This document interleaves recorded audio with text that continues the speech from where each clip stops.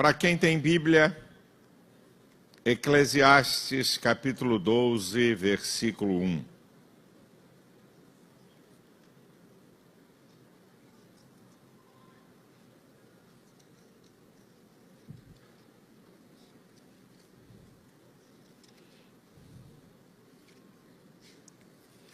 Vou ler duas passagens aqui.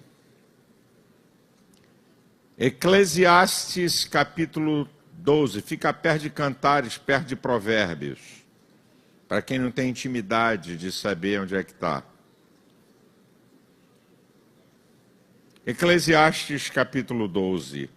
Lembra-te do teu Criador nos dias da tua mocidade, antes que venham os maus dias, e cheguem os anos dos quais vem a dizer, não tenho neles contentamento. Eclesiastes capítulo 3. Só o primeiro versículo. Tudo tem o seu tempo determinado, e há tempo para todo o propósito debaixo do céu. Lembra-te do teu Criador nos dias da tua mocidade, antes que cheguem os maus dias e você diga, não tem mais prazer em viver. E o capítulo 3 diz, tudo tem o seu tempo determinado e há tempo para todo o propósito debaixo do céu.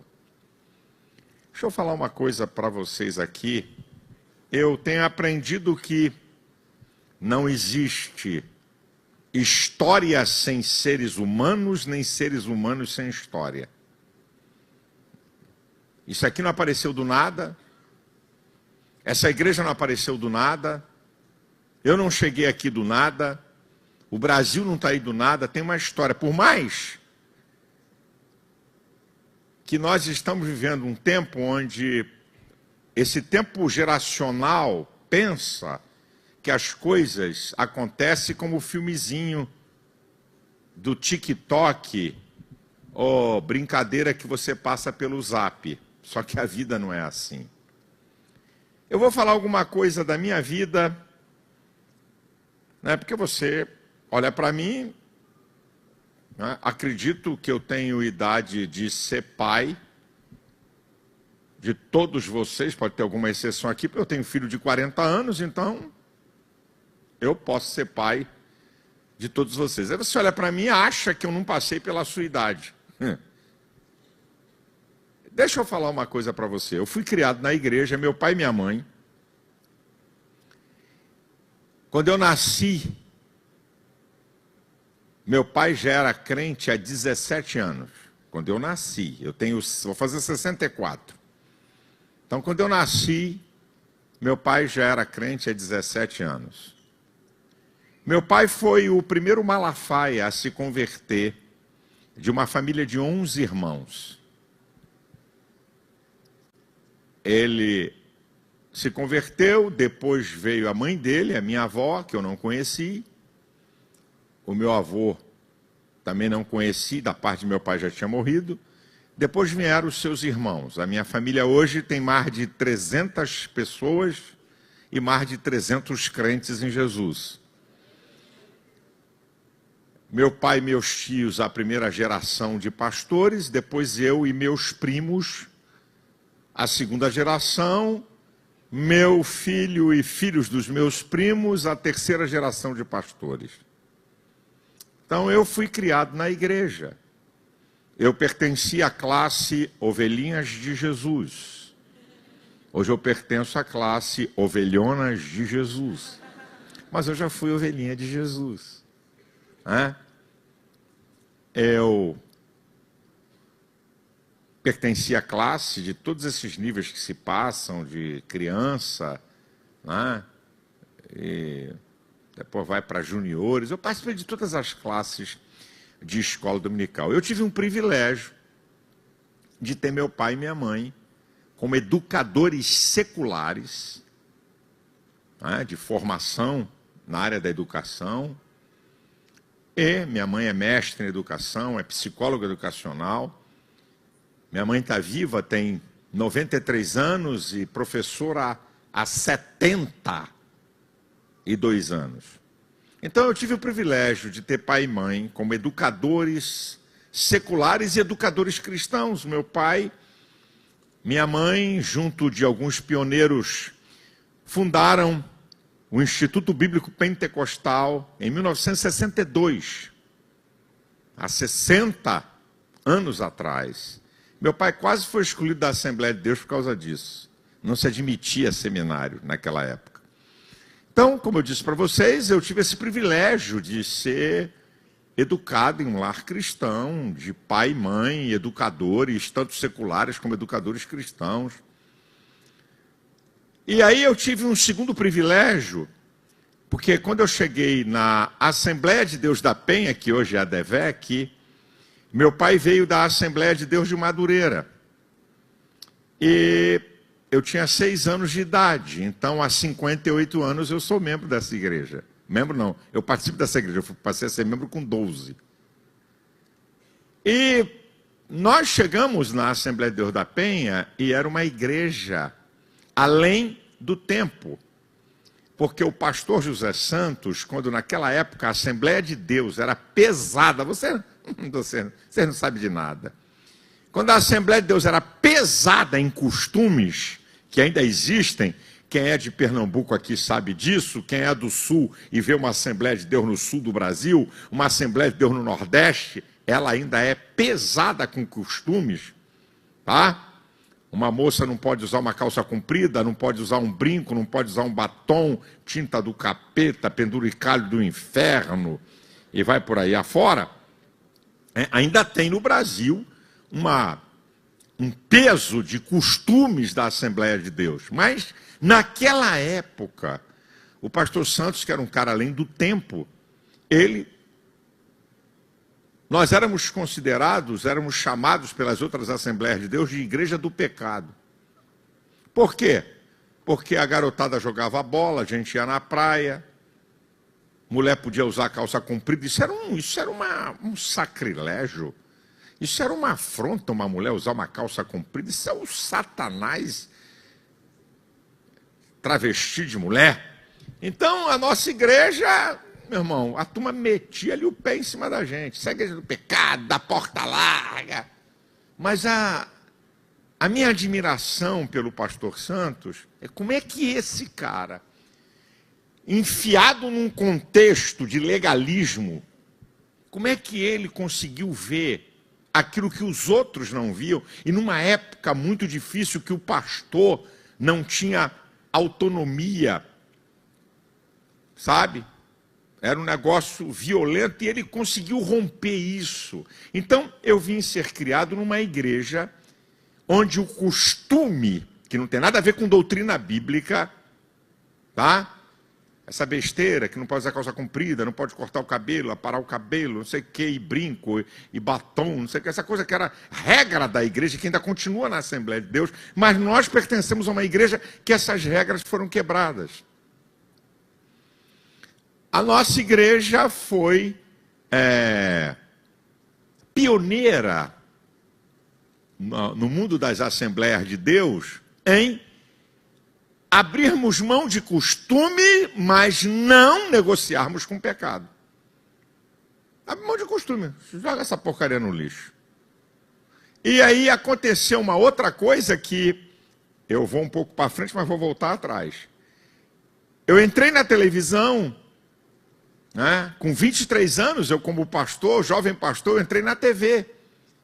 E aí nós começamos, era um programa, não tinha só a Universal, o R.R. Soares, e eu pregando para todos sem pregar para a igreja, que eu não era pastor de igreja.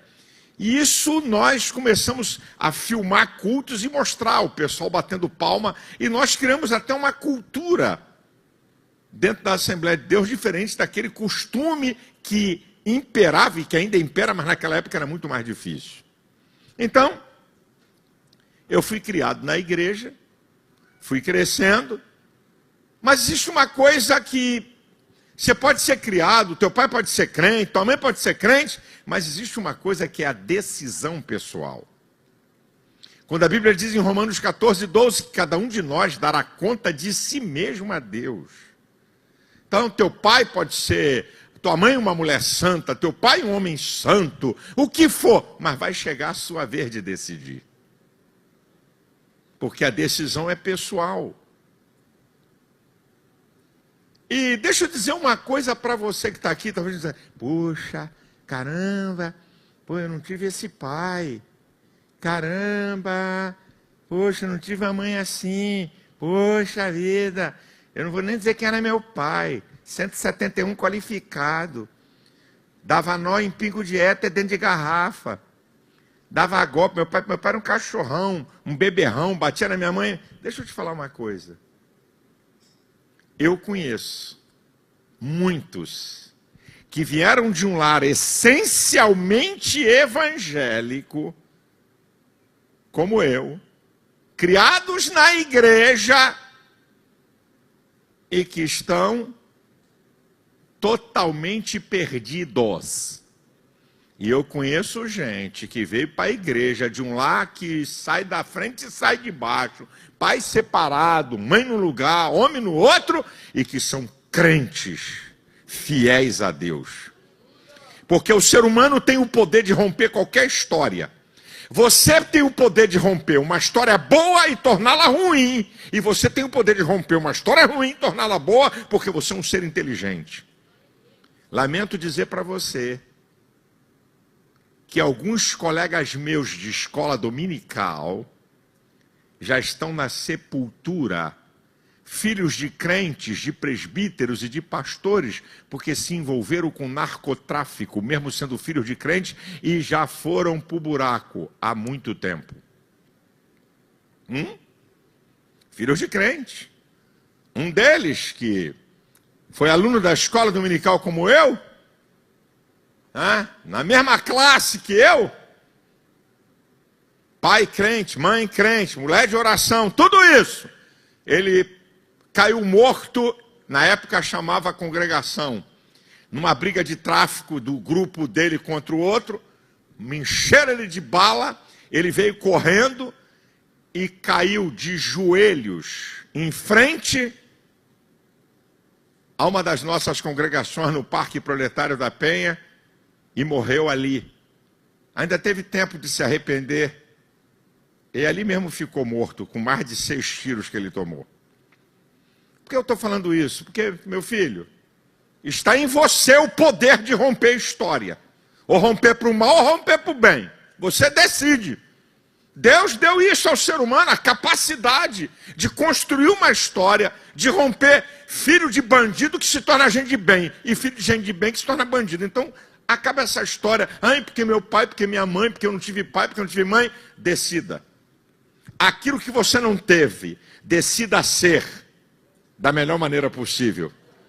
Se você teve um pai mau, quando você for pai, você vai ser um pai bom. Se você teve uma mãe perversa, quando você for mãe, você vai ser a mais maravilhosa do mundo. Se você tinha um lar que era um inferno, quando você construir o seu lar, vai ser um lar de paz e de bênção. Você tem poder de romper história.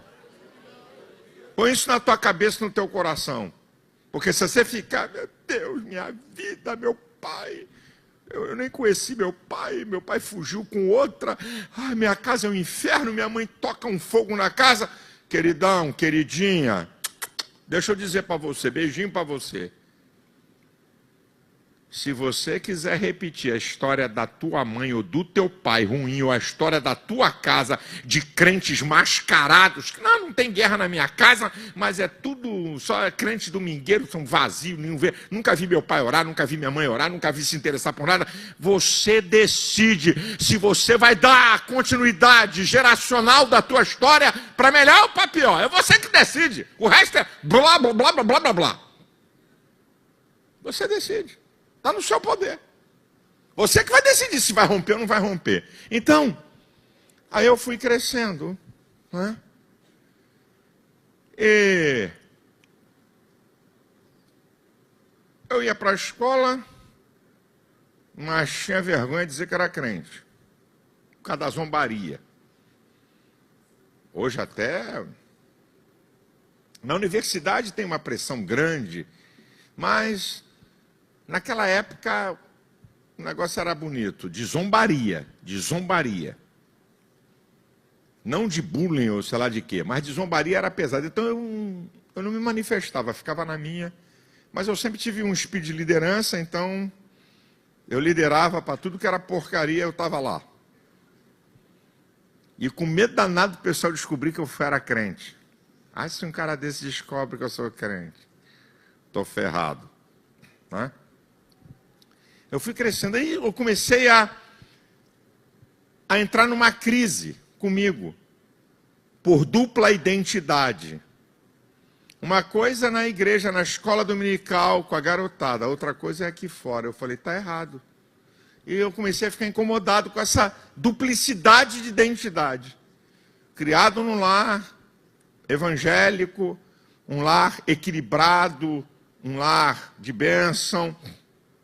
Meu pai e minha mãe fizeram 60 anos de casados. Depois meu pai faleceu aos 95 anos, alguns anos atrás.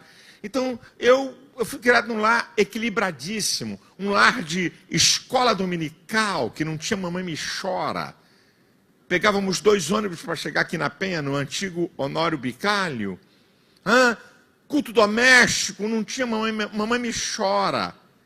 Aprender a guardar texto da Bíblia com o velho Malafa, aos 6 anos de idade, senta aqui. Eu xinguei meu pai várias vezes, Deus sabe disso. Já falei para ele, mas já pedi perdão. Porque tinha que ler, tinha que guardar texto da Bíblia, eu ficava maluco com esse negócio. Graças, obrigado, Jesus, pelo meu pai, que não fez o que eu queria, mas aquilo que era preciso. Com tudo isso, eu vivi uma crise. Uma coisa lá fora, outra coisa dentro da igreja. Eu falei, está errado, está errado, está errado, está errado. E aquilo foi me incomodando. E eu, rapaz, eu já falava no grupo de jovens. Na época, nós tínhamos um grupo de jovens. E eu é que falava, meu brother. Eu é que botava para quebrar já naquela idade. Mas vivendo uma dupla personalidade. Não era doente mental. Aos 14 para 15 anos, num congresso jovem, pastor Eliseu Menezes, que está vivo aos 96 anos, pastor da Assembleia de Deus da Ilha do Governador, um cara top. Ele foi pregar no congresso de jovens. Como vocês estão ouvindo aqui? Eu tinha uns 14 para 15 anos. E eu gostava de sentar com a curriola no último banco da igreja. Na Honório Bicalho, do lado direito, quem está olhando do púlpito para a igreja. Direito, último banco. Ser moleque. Dos 6, eu sou pastor, um outro é pastor, um outro é pastor, 2 morreram e um está no mundo. Morreram ferrado. Era aquela patota, lá atrás. Tomava bronca de diácono, tomava bronca de presbítero. Na época dos irmãos, ei, cala a boca.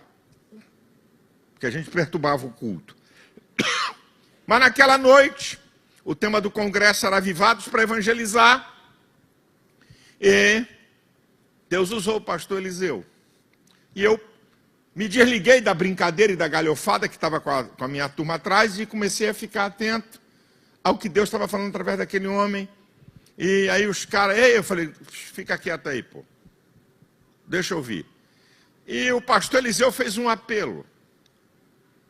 Não fez apelo para pecador naquela noite, mas ele fez um apelo interessante. Ele disse, você moço, moça que está na igreja, mas você está aqui na igreja, mas lá fora você não é igreja. Eu falei, me achou. Me achou, o cara me achou aí. Mas você não é igreja. Você precisa mudar a sua vida, você precisa ter compromisso com Deus. Papá, vem aqui na frente, eu fui. E aquilo foi um marco na minha trajetória, na minha vida. Porque a partir daquilo ali, eu tomei uma decisão que custe o que custasse, eu ia mostrar Jesus. E eu me lembro muito bem. Então, o que eu ia fazer? Iam voltar às aulas, porque o congresso era em julho de pessoal de férias. E agora, para mim chegar no meio daquela galhofada que eu liderava, daquela molecagem que eu fazia, e agora para dizer que era crente. Então, eu nunca me esqueço que eu levei um grupo de folhetos e fui para o primeiro dia da aula. Cheguei na aula, uma turma de 60 alunos, eu disse assim, não vou entregar folheto aqui. Voltei com os folhetos para casa. Fui no segundo dia com os folhetos de novo. Não entreguei os folhetos, eu não vou entregar. Esses caras vão acabar com a minha raça aqui, eu não vou entregar folheto não. No terceiro dia, um disse assim, o que está acontecendo aí com o Malafaia, hein? O que aconteceu com você, cara? Tu tá diferente. É interessante como é que o Espírito Santo, ele mostra até para o ímpio. Até o ímpio percebe que você mudou. E eu calado, eu falei, eita, bem, vamos resumir a história. Eu levei 10 dias do folheto. Indo, voltando, indo, voltando, indo, voltando. Até que um dia eu arrumei uma estratégia. Já sei, na saída da sala, no final das aulas, que todo mundo quer ir embora, não é assim? Hã? Só falta ter contagem regressiva. 10, 9, 8, 7, 6, 5, vai tocar a sineta. Eu falei, é essa? Sentei na primeira carteira porque eu sentava na última, porque eu tinha que ser estratégico. Hã? O nego não vai olhar para debochar de mim. Então, quando eu der o folheto na saída, vamos sair porque todo mundo quer ir embora. E eu fico livre. Aí bolei a estratégia, fui para a primeira fila, e aí, quando tocou a sineta para sair, eu na frente. Que é isso aí? Lê. Foi o pessoal do consegui dar. Eu falei, e o dia seguinte? Quando eles pegarem e lerem, que é um folheto evangélico. Eu nunca vou esquecer. No dia seguinte, quando eu bati o pé na porta da sala, aquela cambada que eu vivia lá atrás sentado, aleluia! Aleluia! Billy Graham! Chegou o irmão! Rapaz, eu nunca senti tanta vergonha na minha vida. Mas ali foi um divisor de águas. Por quê? Eles me viram diferente a partir daquele dia. Debocharam por uma semana. Tiraram onda por uma semana com a minha cara. Mas depois eu fui perdendo a vergonha e fui aumentando. Porque onde você a luz brilha, a treva dissipa e você vai enfrentar a luz. Quando a luz chega, não tem conversa, a treva não resiste. E aí eu fui rompendo esse negócio, sabe? E eu comecei a falar de Jesus e colegas vinham até das maiores galhofas. Eram os caras que tinham mais problema. E aí eu consegui me estabelecer e perder totalmente a vergonha de evangelizar. Quando houve aquela mudança na minha vida, naquele congresso, que mudei, eu peguei um grupo de jovens, o pastor não mandou, o pastor não pediu, eu disse, o tema do congresso era avivados para evangelizar. Eu falei, o que nós estamos fazendo para evangelizar? E eu, com um grupo de garotos da minha época, começamos a evangelizar na madrugada de sexta-feira, na zona sul do Rio de Janeiro, Copacabana, que tem uma atividade 24 horas e que depois da meia-noite o bicho pega. E nós começamos a evangelizar de 11 da noite até 3, 4 horas da manhã. Eu com um grupo de jovens de sexta para sábado. Foi uma das coisas mais sensacionais da minha vida, de aprendizado, de falar de Jesus, de encontrar gente afastada, de experiências incríveis. Porque, gente, a Bíblia fala de uma geração, no livro de Juízes, olha isso aqui. Depois de Josué e dos anciãos, foi congregada uma nova geração que não conhecia o Senhor, nem a obra que ele fizera a Israel. Uma geração que tinha teoria e não tinha prática. E essa geração foi servir a Baalins e Astarote. Vocês não têm ideia, quando você começa a evangelizar, É uma das áreas onde você vai ter a experiência de que você serve a um Deus de poder que realmente muda pessoas. E as experiências que você tem te marcam.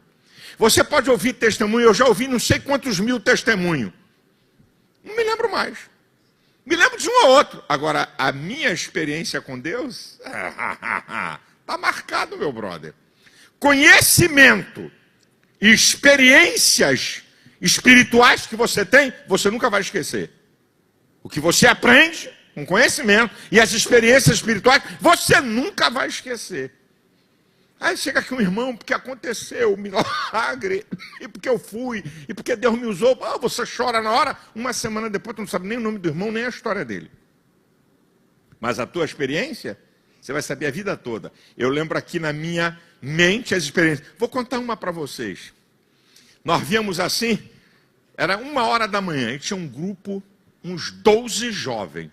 Escuta essa. Uns 12 jovens assim. Aí nós, boa noite, com licença. Poxa, eu queria entregar aqui uma mensagem. Deus ama vocês e tal. E tinha uma garota com violão. Meu irmão, quando nós falamos, a menina, uma garota de uns 16 para 17 anos, com uma voz lindíssima, ela começou a cantar hinos da igreja. Nós paramos. Ela começou e tocava muito o violão, a garota. Ela começou a cantar hinos de igreja e começou a chorar. Quem pregou não fomos nós, foi ela. Os amigos começaram a regalar o olho porque nunca tinham visto aquilo. E ela, olha a história dessa garota. A história dessa menina, olha quanta ignorância. Aos 13 anos de idade, o namorado teve relação sexual com ela. O pai dela, pastor da Assembleia de Deus no interior de um estado aí. A notícia correu na cidade e o pai a deserdou e expulsou de casa. Olha a ignorância. E ela veio parar no Rio de Janeiro, vivendo como hippie. Foi uma coisa linda, linda, linda, linda. Como aquela menina voltou para Jesus e como vários daqueles moços aceitaram Jesus na hora. Eu posso contar isso para você. Tá bom, você vai lembrar daqui a uma semana ou 15 dias, você esquece. Mas isso aconteceu há 49 anos atrás. Quando você começa a pregar o Evangelho, você vê o poder de Deus agir nas pessoas, você adquire experiência. E essa experiência que você adquire dá estrutura para a tua fé. Pode vir um pau quebrar de tudo que é lado. Você pode estar sozinho, você sabe que está com maioria. Aquilo que Paulo diz em 2 Timóteo 1,12, por cuja causa padeço e não me envergonho, porque eu sei em quem eu tenho crido. Ele não diz, por cuja causa sou elogiado e aplaudido. Por cuja causa padeço e não me envergonho, porque eu sei quem tem que eu tenho experiência. Pode levantar o mundo, pode debochar, pode vir, pode partir para dentro. Eu sei quem eu tenho, querido. Eu tenho experiência do seu poder. Eu tenho experiência na minha vida. Eu sei quem é o Deus que eu sirvo. Nós estamos vendo uma geração de relacionamentos superficiais com Deus. Por qualquer coisa se desvia, por qualquer coisa vira crente mascarado dentro da igreja. Por quê? Porque não tem experiência. E por que não tem experiência? Porque não prega, porque não evangeliza, porque não dá testemunho.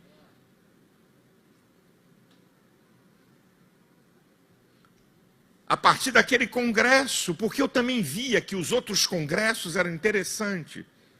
Não é como hoje. Eu tenho que rir. Quer trazer um pregador? Se virem.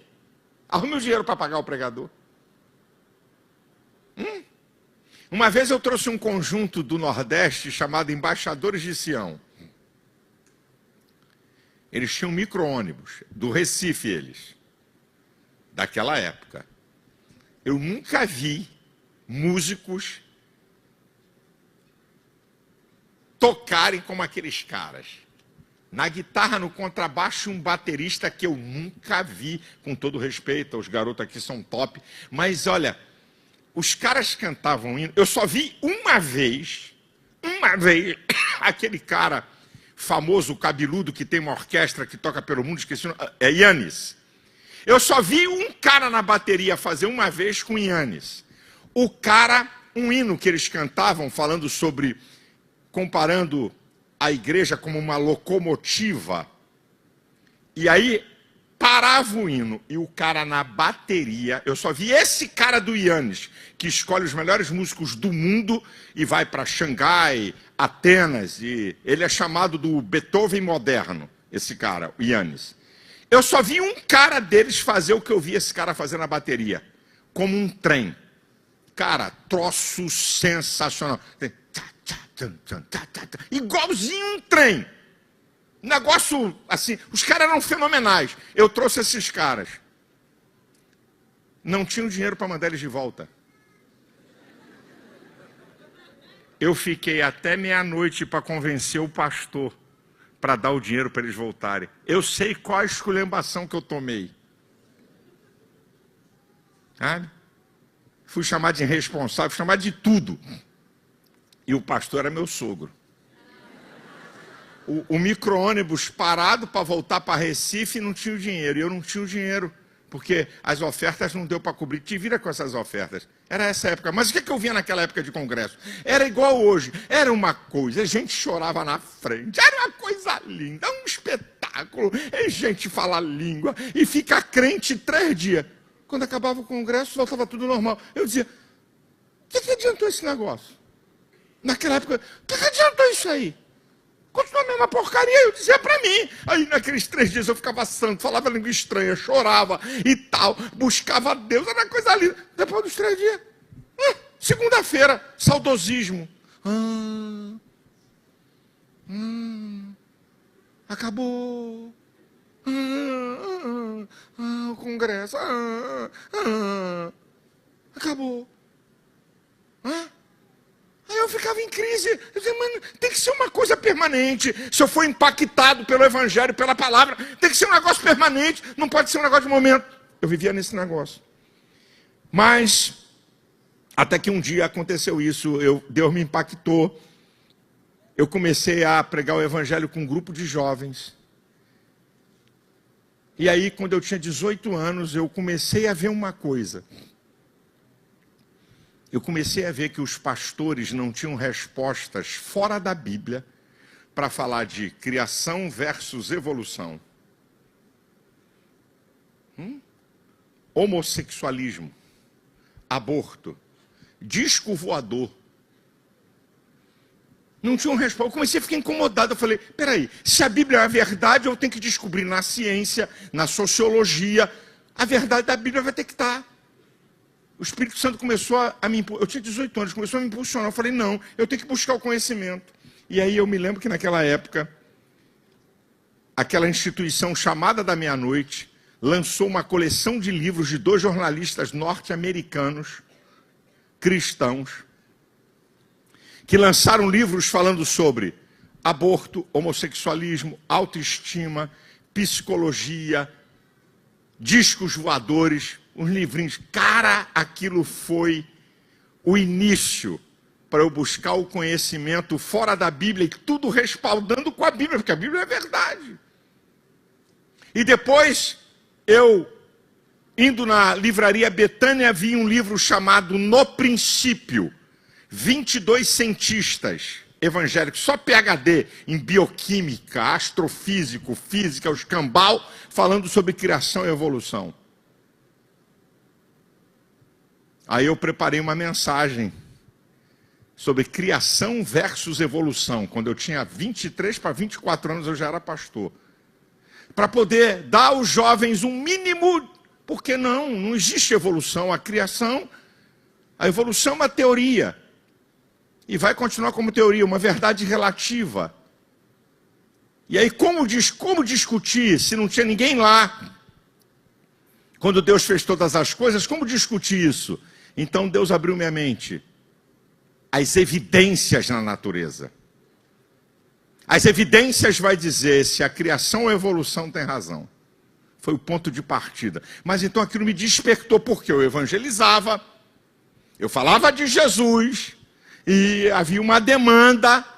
Como é que eu podia buscar um conhecimento para dar as respostas? Porque não adiantava eu abrir a Bíblia, porque olha, aborto é crime, porque a Bíblia diz não matarás. O cara, eu não acredito na Bíblia.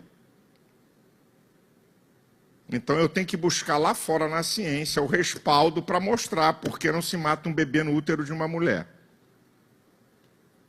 Isso partiu a partir do momento que eu tive uma experiência com Deus num evento de um congresso e coloquei em prática no dia seguinte. O congresso termina hoje. E amanhã, o que você vai fazer? Aos 23 anos eu fui consagrado a pastor. E vocês sabem, eu digo isso para os pastores, faz parte aqui do meu staff aqui, não é? Porque você não pode dirigir uma igreja sem ter conselheiros, que a Bíblia diz que onde não há conselhos, os projetos saem em vão, na multidão de conselheiros se confirmarão. Você sabe o que eu tenho dito para Deus?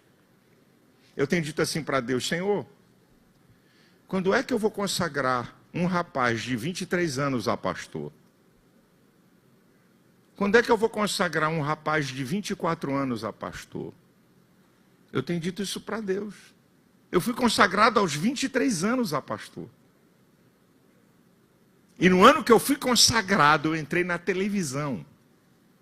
Aí é uma outra história grande que aí eu vou levar muito tempo aqui, fica para um outro congresso. Ou você pensa o quê? Que chegou um milionário para mim e disse: meu filho, vou te botar na televisão.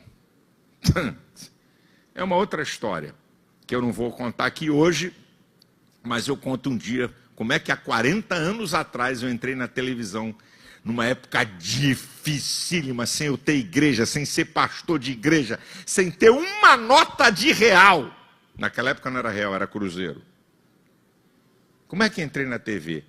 Tudo porque eu fui impulsionado por uma experiência entre 14 e 15 anos, que eu passei a praticar o Evangelho e passei a viver fora das quatro paredes, e que aquilo me despertou a buscar conhecimento. Eu passei a ler a Bíblia não porque alguém mandava, não tinha pastor mandando ler a Bíblia, não tinha leitura de livro da Bíblia, mas eu comecei a querer buscar o conhecimento e trabalhar com jovens. Fui líder da juventude dessa igreja por 10 anos e o pastor não me tirou, eu é que entreguei. Porque eu sempre disse para Deus que eu não quero ficar em nenhum lugar um minuto além daquilo que Ele quer. E que Deus me deu uma coisa chamada Simancol, em dose dupla, para saber a hora de sair. Nunca ninguém me tirou de nada. Eu tocava bateria, por incrível que pareça, um baterista ruim, não era bom igual isso de garoto. Mas eu era baterista do grupo jovem. E quando Deus começou a me impulsionar, eu entreguei. Eu falei: não, isso aqui não é para mim não. Põe um outro rapaz aqui, porque eu vou fazer uma outra coisa. E depois eu disse para o meu pastor: pastor, eu vou entregar a juventude porque Deus está me levando para um outro nível, para um outro patamar. Então coloque um outro aí. Ninguém me tirou. Eu quis sair porque eu achei que já estava... Eu não estou dizendo que tem que ser isso com todo mundo, mas você tem que perceber também. Para você não se sentir dono de áreas ou de pedaços da igreja. Porque Deus usa você num tempo, num lugar, e daqui a pouco te leva para uma outra dimensão. Mas o que eu creio e que vim falar para vocês aqui, que no meio de vocês aqui, nessa garotada que está aqui, se o que vocês estão ouvindo aqui sexta-feira, ou que ouviram aqui ontem, ou que vão ouvir, ou que estão ouvindo aqui nessa manhã, eu quero dizer para você que você pode mudar o seu mundo.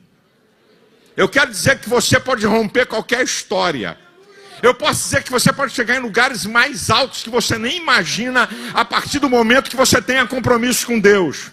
Eu não estou dizendo que todo mundo aqui vai virar pastor ou pastora, mas eu acredito que aqui gente que está aqui nesse meio, que está aqui tem políticos, aqui tem médicos, aqui tem advogados, aqui tem empresários, aqui tem comerciantes, aqui tem administradores, aqui tem gente que vai fazer diferença numa área. Porque você, como disse o Theo Hayashi ontem, você não é um pastor aqui no púlpito, mas você é um agente do reino onde Deus te colocar. E nós não podemos ter todo mundo como pastor. E onde é que vai ter gente na cultura, na educação, no entretenimento, nas ciências, nas artes, na política, no judiciário, no legislativo? Está aqui. Vocês estão aqui, que se vocês quiserem praticar o evangelho fora de quatro paredes, vocês vão ser um agente do reino, e vocês vão fazer a diferença, e vocês vão ser notórios e notáveis no lugar que Deus colocar, E vocês vão ganhar em você o poder de decidir o que é que você quer. Viver um evangelho teórico de culto de domingo ou de encontro de jovem, ou viver um evangelho pleno, onde na escola, onde no trabalho, onde na rua, onde você cruzar com alguém, a luz vai brilhar, Deus vai te usar e coisas vão acontecer.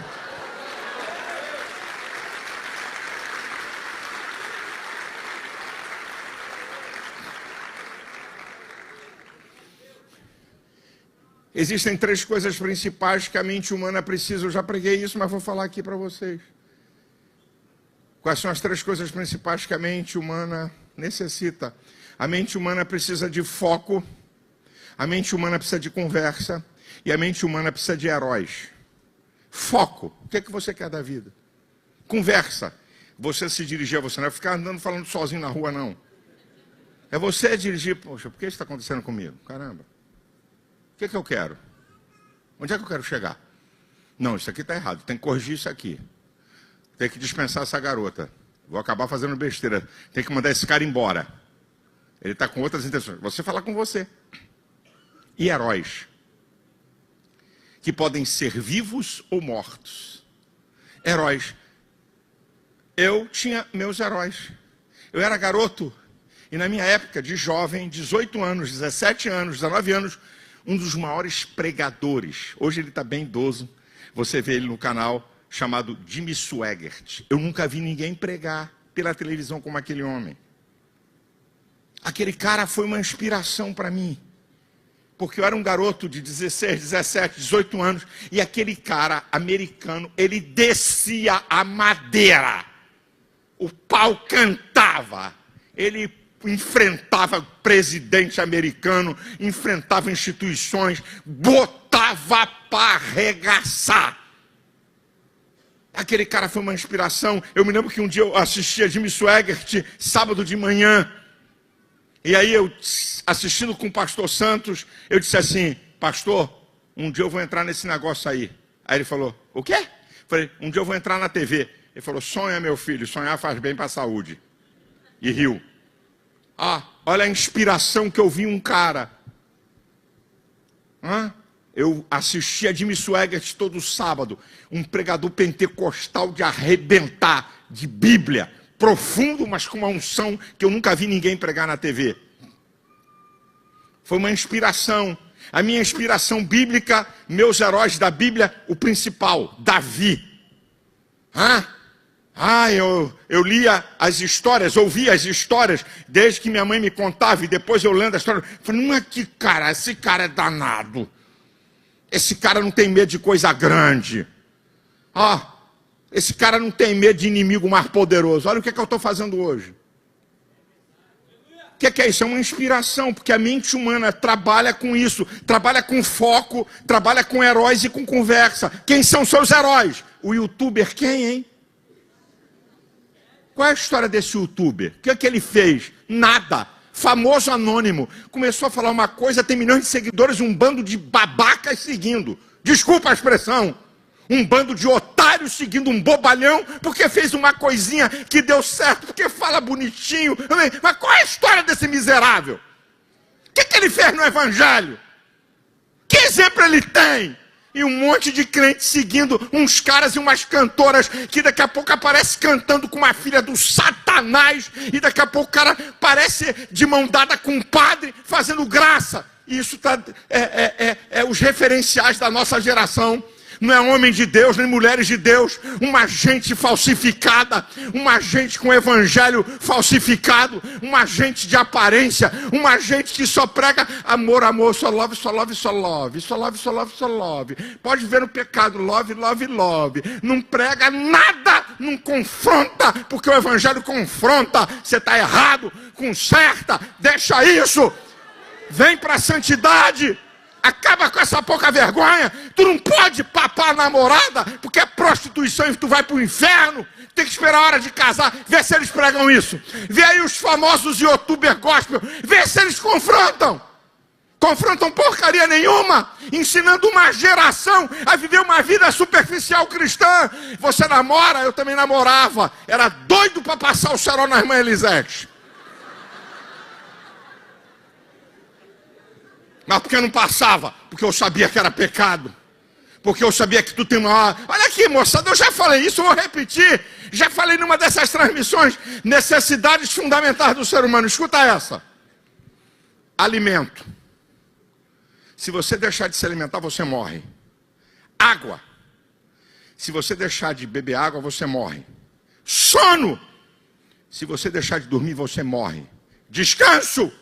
Se você deixar de descansar, você morre. Sexo. Se você deixar, você não morre. Vai ver se eu estou na esquina. As necessidades mais proeminentes do homem, 4 delas você morre se deixar de fazer. Sexo não. Então significa que está no poder do teu domínio, da tua natureza humana. Ou você pensa que é o quê? Eu fui o quê? Lunático.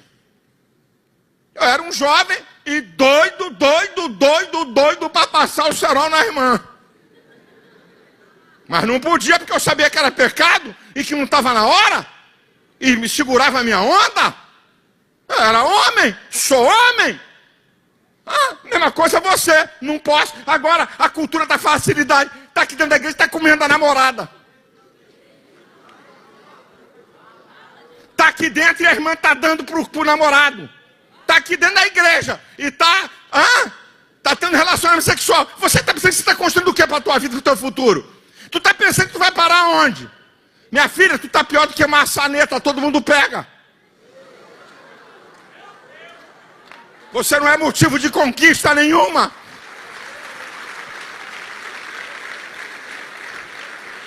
E você experimenta um homem de um jeito, outro homem de outro jeito, outro homem de outro jeito, nunca vai achar o homem ideal.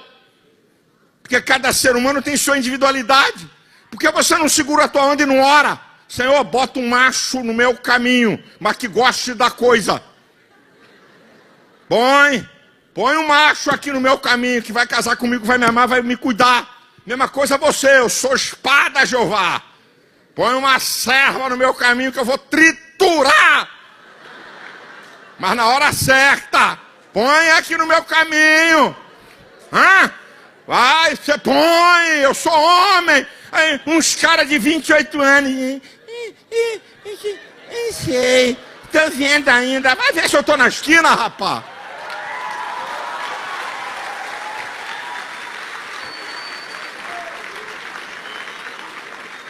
Meu pai era classe média. O dia que eu falei para meu pai que eu queria trabalhar, ele falou, não, eu vou pagar a faculdade para você, escolhe a faculdade. Eu falei, não, eu quero trabalhar porque eu quero casar. Eu tinha 18 anos, não precisava trabalhar. Eu não precisava trabalhar. Meu pai é oficial da Marinha, da reserva, professor. Minha mãe professora, tinha uma vida boa. Não tinha vida de rico, mas tinha vida de classe média. Meu pai tinha carro, casa, e tudo. Não, eu quero trabalhar, porque eu quero casar, que eu quero passar o rodo nessa irmã, então eu tenho que trabalhar. Os caras de 25 anos, né? O que você quer? Eu tô aí, né? O que Deus quiser tá bom. Vai tomar vergonha nessa. Seja homem, rapaz.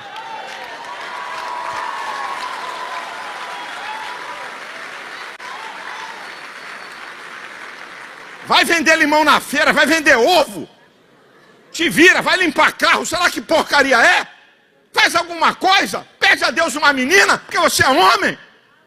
Uns caras aqui que é meio barro, meio tijolo, você é homem. Pare com esse trejeito efeminado. Você é macho, Deus fez você homem. Deus não criou uma sociedade de bissexuais. Hein? Mas eu tenho uma tendência, então pede libertação. Que tendência a porcaria nenhuma. Teus hormônios dizem que você é macho. Teu DNA diz que você é macho. Teu hormônio diz que você é fêmea. Teu DNA diz que você é fêmea. Sabe o que é isso? É a tendência do modelo de imitação do pecado. Sai disso. Porque você está no caminho do inferno e da condenação. Porque Deus é abominável aos olhos de Deus. Relacionamento de homem com homem, mulher com mulher é pecado, é abominação. Vá para o inferno quem quiser ir, ninguém vai me calar, porque isso é a palavra de Deus.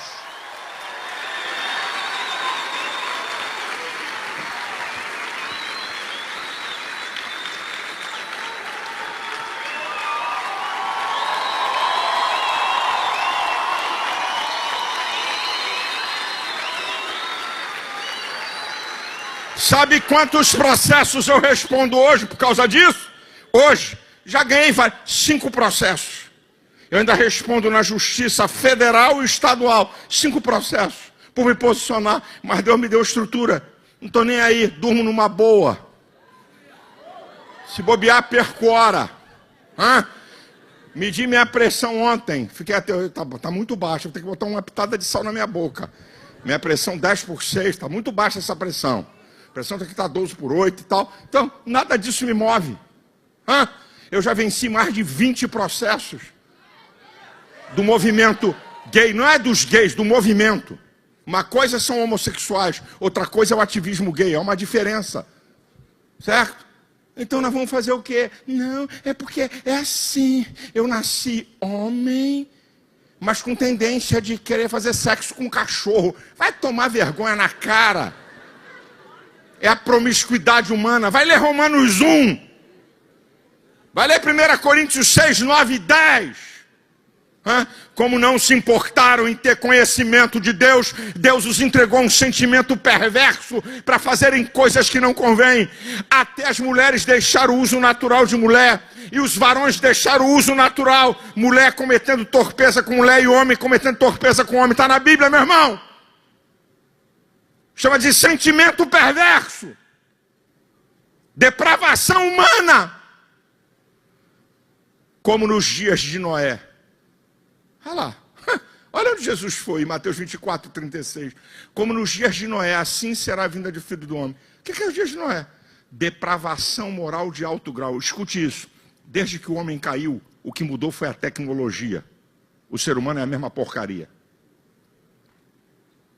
Desde que o ser humano caiu, é a mesma porcaria. Desejos, vontades, depravação moral, que Deus disse assim: o que é que eu fiz? Eu vou destruir isso tudo. Do grau de depravação moral. Pai com relação com filha e filho. Relações com animais, homem com mulher. Depravação moral. Mas Jesus falou, olha, como foi nos dias de Noé, assim será a vinda do Filho do Homem. Está em você, moço e moça, decidir o que é que você quer dessa vida. Está em você. Se você quer brilhar, ou quer se esconder.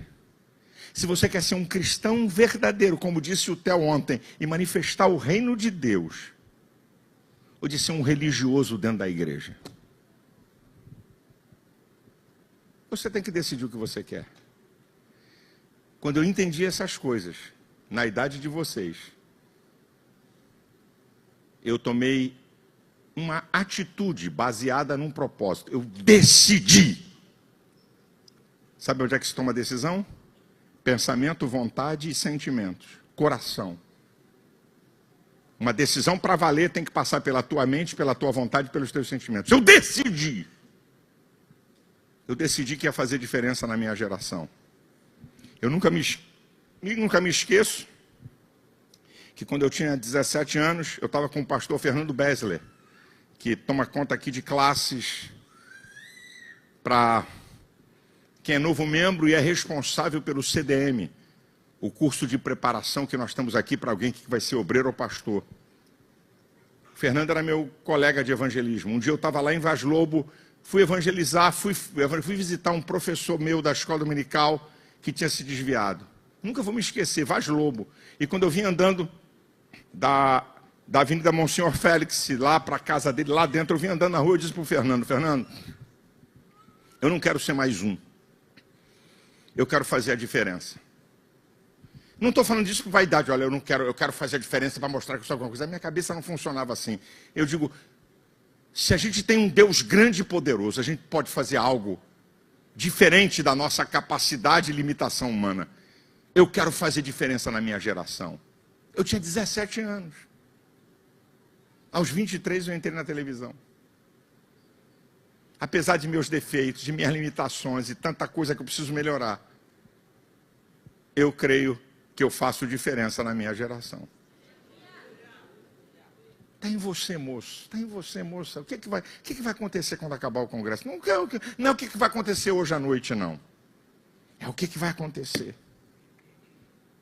Onde estão os Elias? Onde estão as Noemis? Onde estão as Esther? Onde estão os Davis? Onde estão? Onde estão? Onde estão?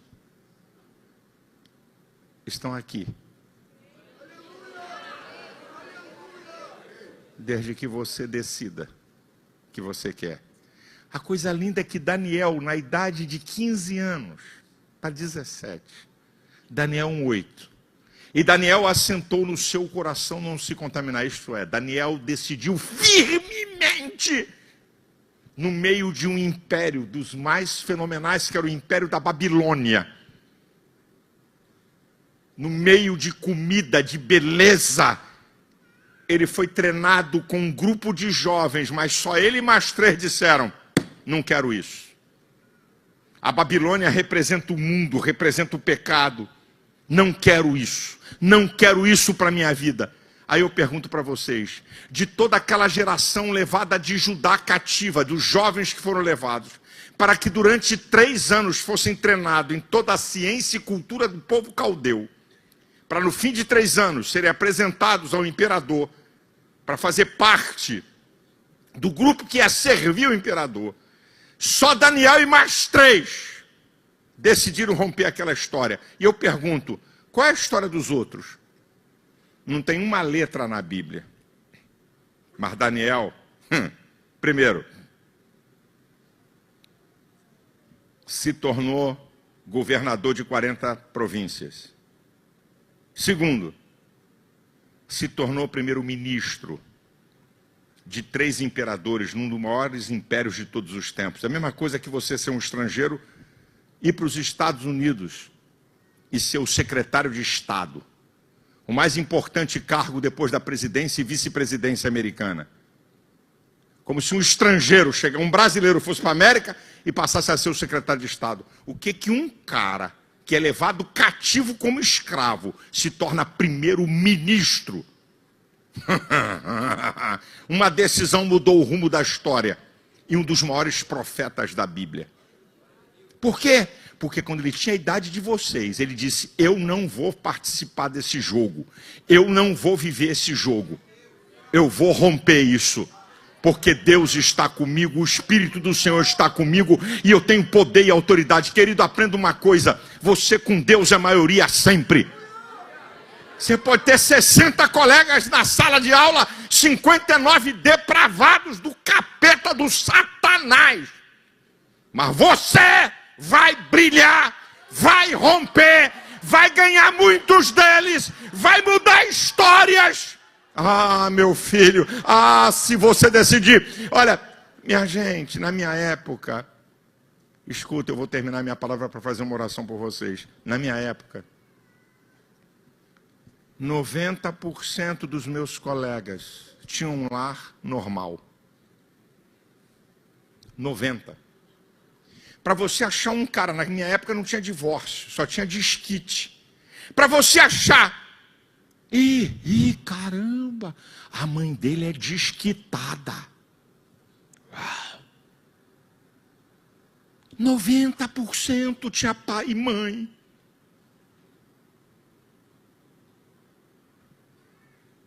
Não havia questão das drogas, só havia cigarro. Não tinha drogas, não tinha essa praga do Satanás de drogas. As meninas que não eram crentes se preservavam. Hoje, uma geração depravada e vazia. Você não tem ideia do campo missionário que é, de famílias destroçadas. O índice de suicídio entre adolescentes e jovens é uma das coisas mais espantosas.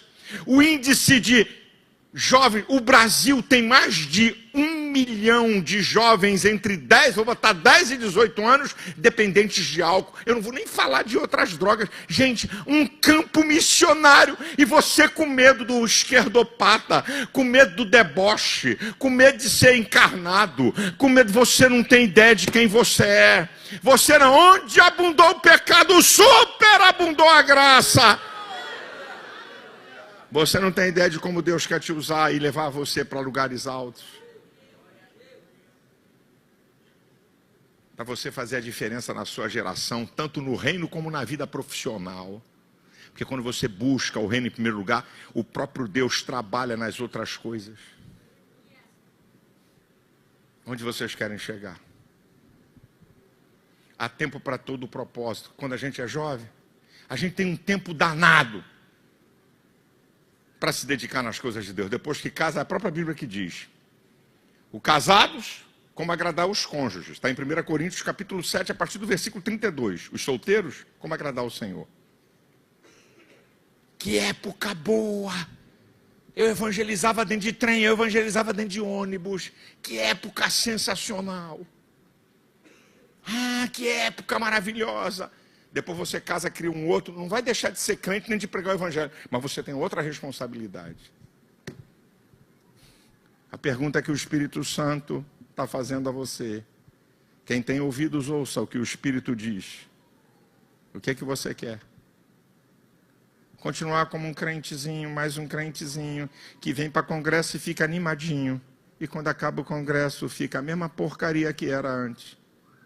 Um crente de fachada teórico, que não tem intimidade com Deus, que não ora, que não lê a Bíblia, que não evangeliza, que não dá testemunho. Decida. Eu não posso decidir por vocês. Eu decidi quando eu tinha 14, 15 anos. Decida. De pé, por favor.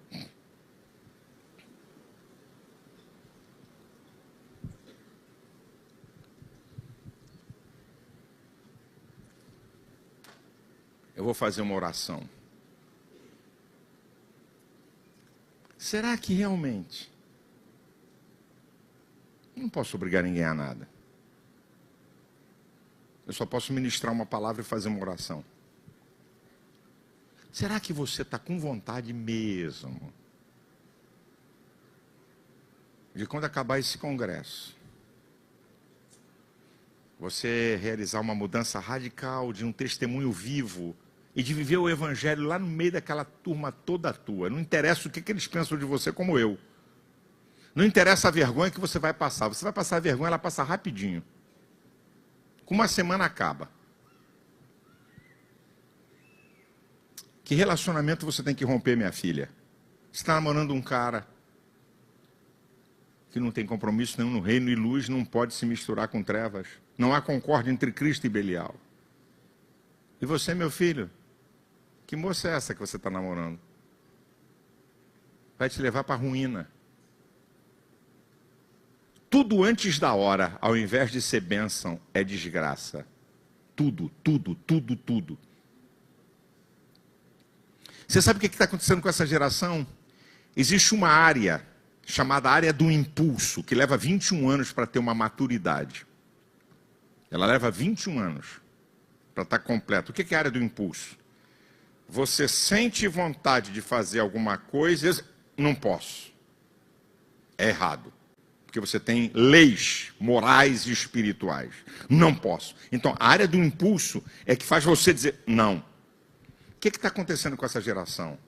Não tem limite. Então, com 12, 13, 14, 15, 16, 17, 18 anos, a área do impulso é destruída. Porque o que quer, faz. Quer ter relação sexual? Tem. Quer encher a cara? Enche. Quer pornografia? Tem. Porque tudo está fácil. Aí crescem adultos que não sabem se controlar em nada.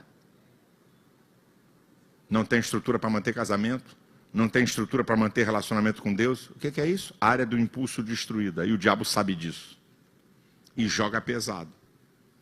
O diabo sabe disso. Foi Deus que fez isso no homem. Você tem os impulsos sexuais. Por que você acha que Deus botou um monte de terminação nervosa em você?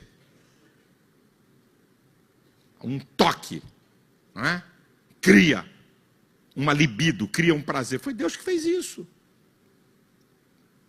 Mas Deus estabelece tempos e regras e normas para o bem-estar do homem.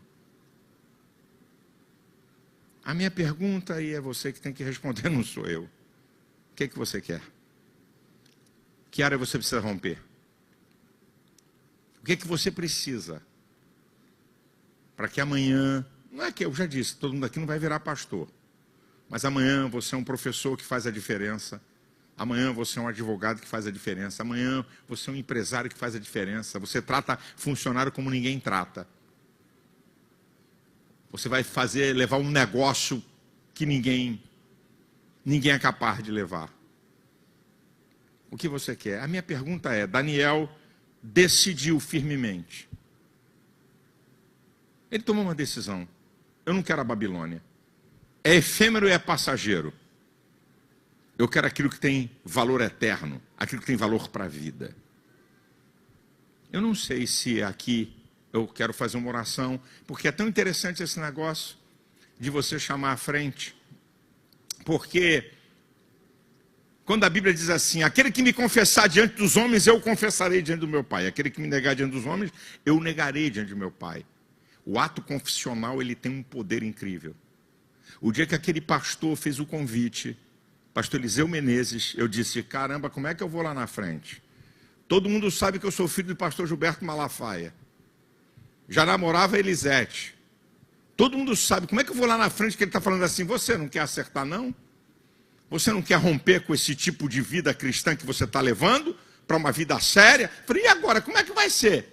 Eu saí do último banco da igreja e caminhar nesse corredor lá na frente. Eu não. E o Espírito Santo dizendo, é você que tem que decidir o que você quer. Se vai ficar preocupado com a opinião dos outros ou se você vai ficar preocupado em fazer o que eu quero.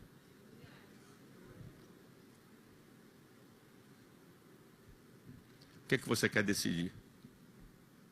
Que eu não posso tomar por você, nem Deus, nem teu pai, nem tua mãe, nem pastor, nem ninguém. Você quer decidir que a partir de hoje você vai mudar tudo isso aí. Ou mudar, talvez nem tudo isso, mas alguma coisa fundamental que você tem que mudar.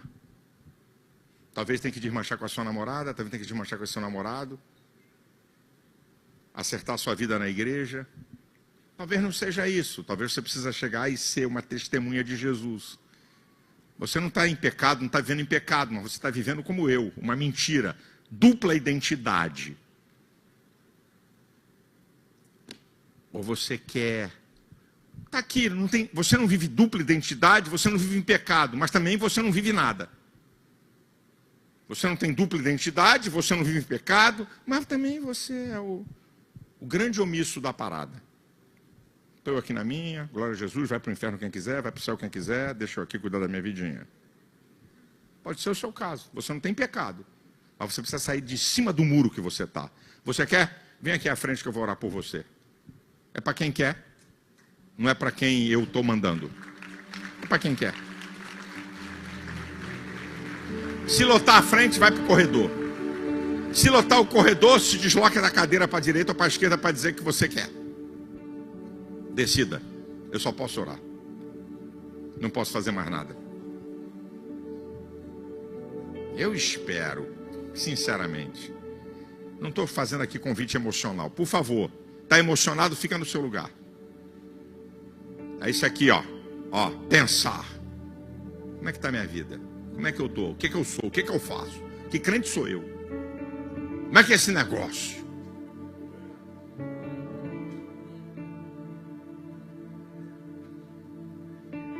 Decida. Decisões decidem destinos. Vou repetir. Decisões decidem destinos. Qual é a sua decisão? Escolha. Viver uma vida cristã sem graça, sem experiência teórica, sem ser luz. Decida. Nunca lê a Bíblia, nunca ora, não tem tempo para ler a Bíblia, não tem tempo para orar, mas por causa dessa porcaria de TikTok, Zap, sei lá que raio de inferno é, você tem tempo. Instagram e outros bichos. Não estou dizendo que não é para você usar. Eu estou dizendo que até nisso você está precisando de equilíbrio. Está faltando você? Eu vou orar. Se está faltando, sai do seu lugar. Se é com você, vem. Se não é com você, fica aí. Se você já decidiu, glória a Deus, mantenha. Não precisa vir aqui à frente não para mostrar que está vindo. Você já decidiu? Você já escolheu? Eu vou fazer uma oração. E você vai fazer a sua oração aí, moço, moça. Eu decido, Deus, eu decido. Chega. Me ajuda a mudar, me ajuda.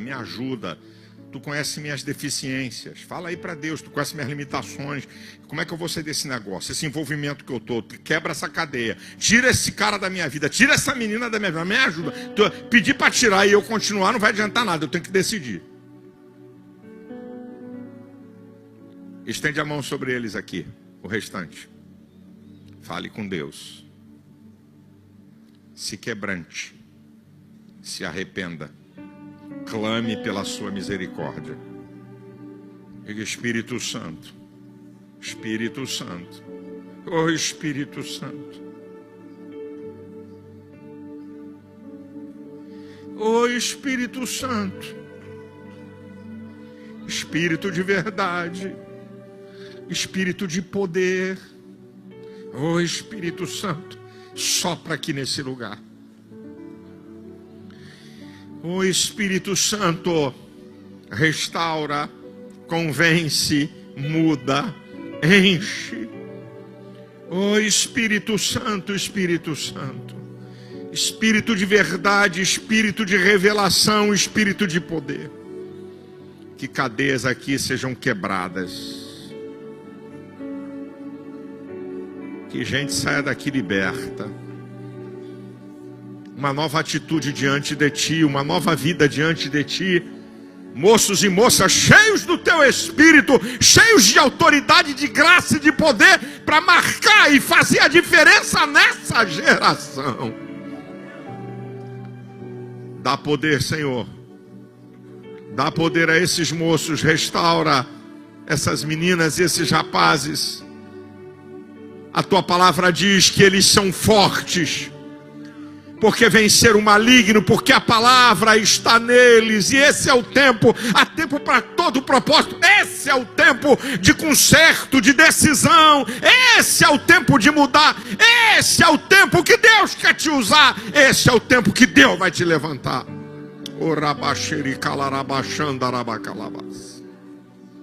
Eu te peço, Senhor, e entrego eles nas tuas mãos.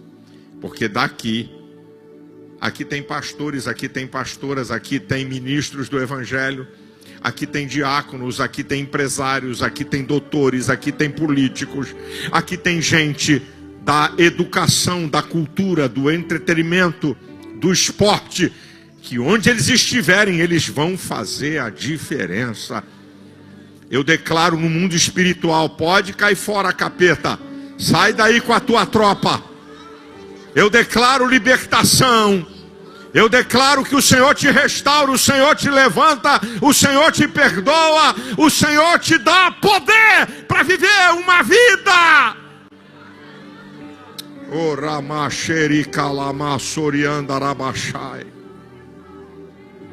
Eu entrego cada moço e cada moça nas tuas mãos. Usa-os para a tua glória, usa-os para a tua glória. Eu te peço e te agradeço no poderosíssimo nome de Jesus. Amém e amém.